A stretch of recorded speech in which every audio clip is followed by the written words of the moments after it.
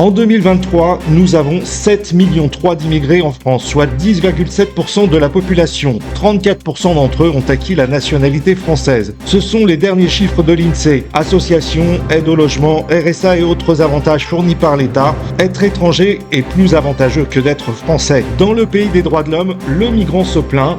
Bienvenue en France, quand tu tends la main, on te mange le bras. Et c'est dans l'actualité du jour.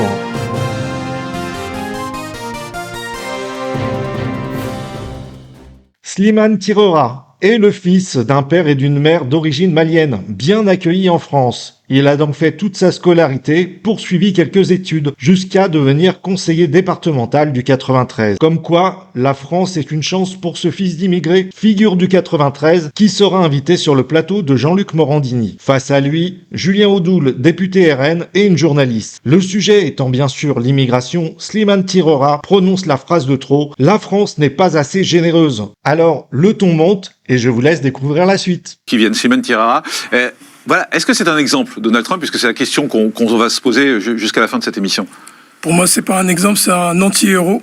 Moi, je suis un militant de la fraternité universelle, de l'humanité, et ça, c'est des valeurs. Ouvrons les frontières, aimons-nous les uns les autres. Je ne suis pas dans ça. Moi, je suis l'humanisme avec la fermeté des principes de la République, liberté, égalité, laïcité, fraternité surtout, et je crois qu'on oublie la générosité. Ça veut dire quoi être un humaniste? Ça veut dire qu'on accueille tout le monde? Non, c'est comme Jean d'Ormesson le dit dans beaucoup de ses livres, la droite parlementaire et l'extrême droite parlementaire a oublié la générosité. On n'est pas assez généreux aujourd'hui? Vous n'êtes pas généreux.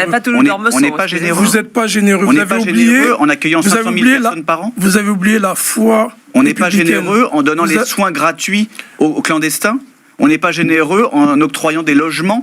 On n'est pas généreux en offrant l'éducation gratuite. Comme tout citoyen, il ne faut pas opposer citoyenneté et nationalité. Là, on parle de clandestins, on parle de gens qui arrivent illégalement sur notre territoire, qui n'ont pas demandé l'autorisation de venir et qui ont plus de droits que certains Français. Ça vous choque pas? Ce qui n'est pas vrai.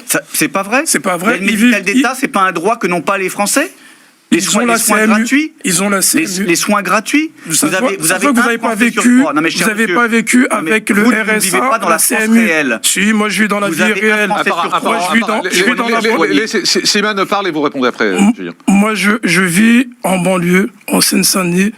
Des départements que vous méprisez, droite et extrême droite. Je ne l'ai pas méprisé, j'ai même travaillé là-bas, vous voyez. Vous n'avez pas cette foi républicaine, cette foi humaniste. C'est comme la foi religieuse. C'est-à-dire comme la foi religieuse. C'est-à-dire que donc il faut de la générosité avec. Non mais moi j'en ai marre, monsieur, j'en ai assez. Pardon.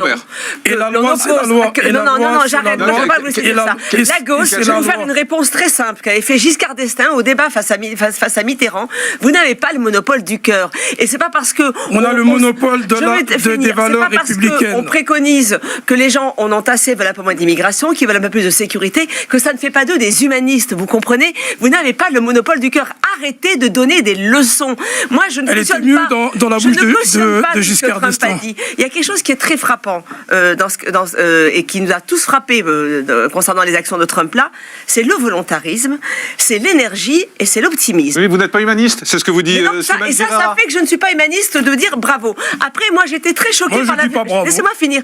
J'étais très choquée, et là vous allez me rejoindre, par la violence verbale dont il fait preuve quand il parle de stopper, de faire ressortir les illégaux. Parce que dans les illégaux, certes, il y a des repris de justice, des délinquants, des narcotrafiquants, mais aussi de braves gens qui viennent chercher une vie meilleure. Et attention, il y a eu suffisamment de débordements policiers aux États-Unis pour ne pas que ça autorise une super violence. Mais monsieur, et pourtant je ne pense pas comme vous, donc arrêtez de donner des leçons d'humanisme dès qu'on n'est pas d'accord avec vous. Parce que vous parlez d'une minorité violente. L'humanisme, ça ne veut rien dire. L'humanisme, c'est de dire aussi, on ne peut plus vous accueillir, messieurs, dames, on est désolé, parce qu'on n'a pas de quoi vous accueillir en France. C'est ça l'humanisme. Il s'est fait démonter. Étant bien sûr de gauche, il ne prend pas en considération les difficultés du pays. Il ose dire que la France n'est pas généreuse, celle qui a permis à ses parents de pouvoir mener une vie décente. Quant à lui, de pouvoir faire des études. La reconnaissance du ventre, c'est pas son truc. Il préférera défendre son migrant plutôt que le clochard blanc dans la rue, qui lui ne dispose d'aucune aide. Pas d'association subventionnée par l'État, pas de logement et ne sera pas prioritaire. Pourtant, il est français comme lui, mais on appellera cela avoir le monopole du cœur.